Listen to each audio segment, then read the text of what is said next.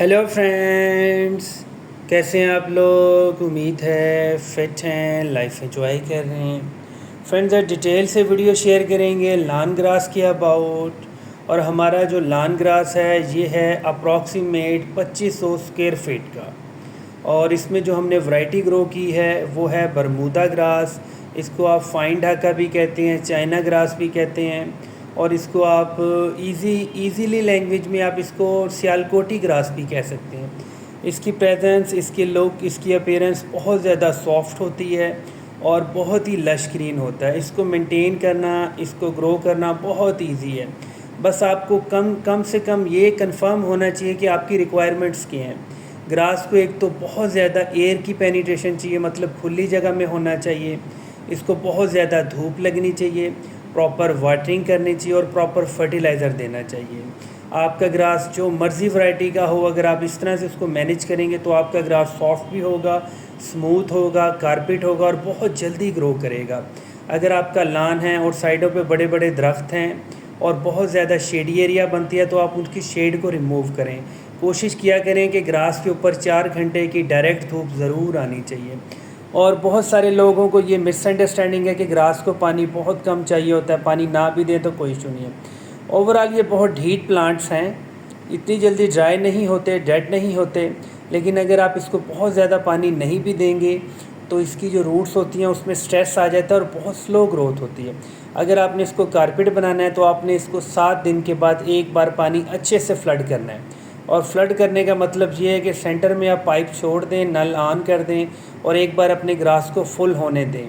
जब ग्रास के ऊपर आपको पानी का लेवल थोड़ा थोड़ा सा नज़र आ जाएगा तब आप स्टॉप करें, इस तरह से पानी फ्लड करें और साथ अगर आप फर्टिलाइज़र दे दें तो ज़बरदस्त हो जाएगा। अब आपको कहीं कहीं हमारे लान के अंदर दब खड़ब्बा सा नज़र आ रहा है, मतलब दब खड़ब्बा है, पैचेस हैं, कहीं पे मट्टी नज़र आ रही है, कहीं पे ग्रास है, कहीं पे ड्राई हो गया है। तो बेसिकली ये कलर वाली मिट्टी है। यहाँ का जो एरिया का पानी है उसमें साल्टीनेस है। जो ऐसे एरिया का पानी होता है वहाँ पे ग्रास को या प्लांट्स को मैनेज करना इतना आसान नहीं होता है। आप अगर इस तरह का कलर को रिमूव करना चाह रहे हैं तो आप जिप्सम यूज़ किया करें। आपको किसी भी फर्टिलाइज़र शॉप से जिप्सम मिल जाएगा, बहुत सस्ता होता है वो। इस तरह के बड़े लान में आप कम से कम 20-25 किलो भी स्प्रिंकल कर सकते हैं। और बाद में फिर जब पानी देंगे तो सारा का सारा जिप्सम जो है वो रूट्स में चला जाएगा, मट्टी में अब्जॉर्ब हो जाएगा। इस तरह से आपकी लान की मट्टी की, क्यारियों की मट्टी में कलर जो है, साल्टीनेस जो है वो ख़त्म हो जाएगा और बहुत ज़बरदस्त मट्टी का मिक्सचर क्रिएट होगा। इस तरह से आप लान को मेंटेन कर सकते हैं। ग्रास कोई भी हो, इसके लिए बेस्ट फर्टिलाइज़र यही है कि आप यूरिया यूज़ किया करें। यूरिया बेसिकली हीट प्रोड्यूस करता है लेकिन ग्रास को कुछ नहीं होता। रात के टाइम पानी जब फ्लड करते हैं तो इस तरह के लान में आप 5-6-10 किलो भी यूरिया दे सकते हैं, लेकिन पानी की अमाउंट थोड़ी सी ज़्यादा देनी है ताकि यूरिया अच्छे से मिक्स हो और लान ग्रास की रूट्स तक चला जाए। इस तरह आपका लान जो है वो बहुत जल्दी बूस्ट होगा, लश ग्रीन लुक होगी, कारपेट बनेगा। और देख सकते हैं हमने बड़े बड़े, अब गर्मियों का मौसम स्टार्ट है, हमने फिर भी अपने लान के सारी साइड्स पे जो बड़े बड़े प्लांट्स हैं उनको रिमूव कर दिया है, क्योंकि हमें ग्रास की लुक ज़्यादा इंपॉर्टेंट है हमारे लिए। छाँव भी ठीक है लेकिन एक साइड हमने छाँव रख ली है, दूसरी साइड पे हमें धूप को मेंटेन करना है। और अगर आपके पास कहीं कहीं पे दब खड़ब्बा सा लान है तो आप बाज़ार से, नर्सरी से जो पैचेस होते हैं, जो बना बनाया ग्रास होता है जो 1 फीट बाई 1 फीट का होता है, वो भी ऊपर रख सकते हैं। ऊपर पानी देंगे तो अपनी रूट्स निकाल के मट्टी के अंदर चला जाएगा।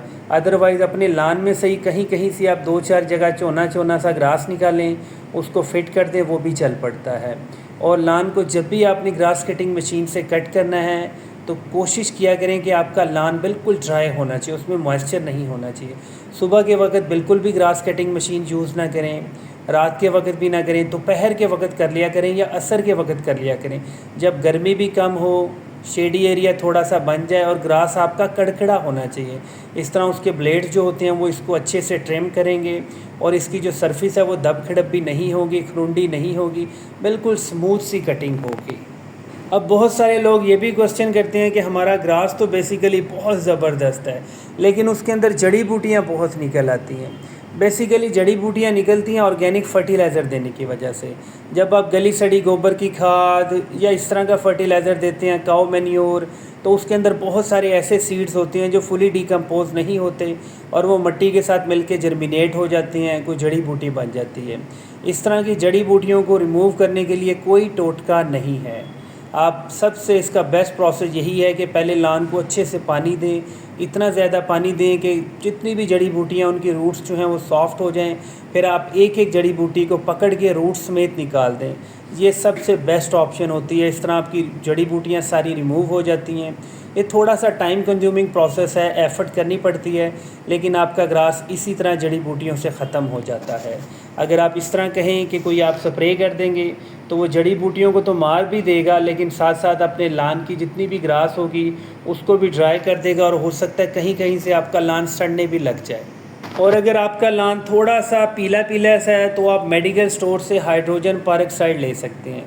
वो किसी भी परसेंटेज की हो सकती है, 5, 3%, 35%। उसको 5-6 लीटर पानी में मैक्सिमम 15-20 ml मिक्स करें और अपने लान के ऊपर शावर कर सकते हैं।